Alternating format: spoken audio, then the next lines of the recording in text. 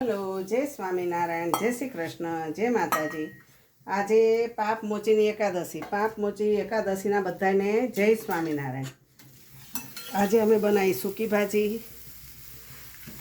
અને દહીં.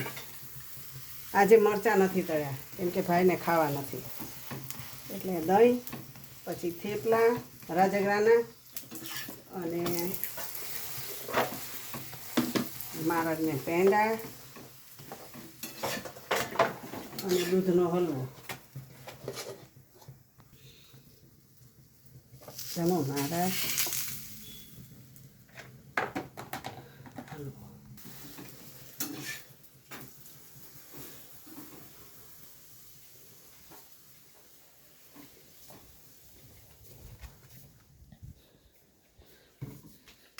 જમો મહારાજ.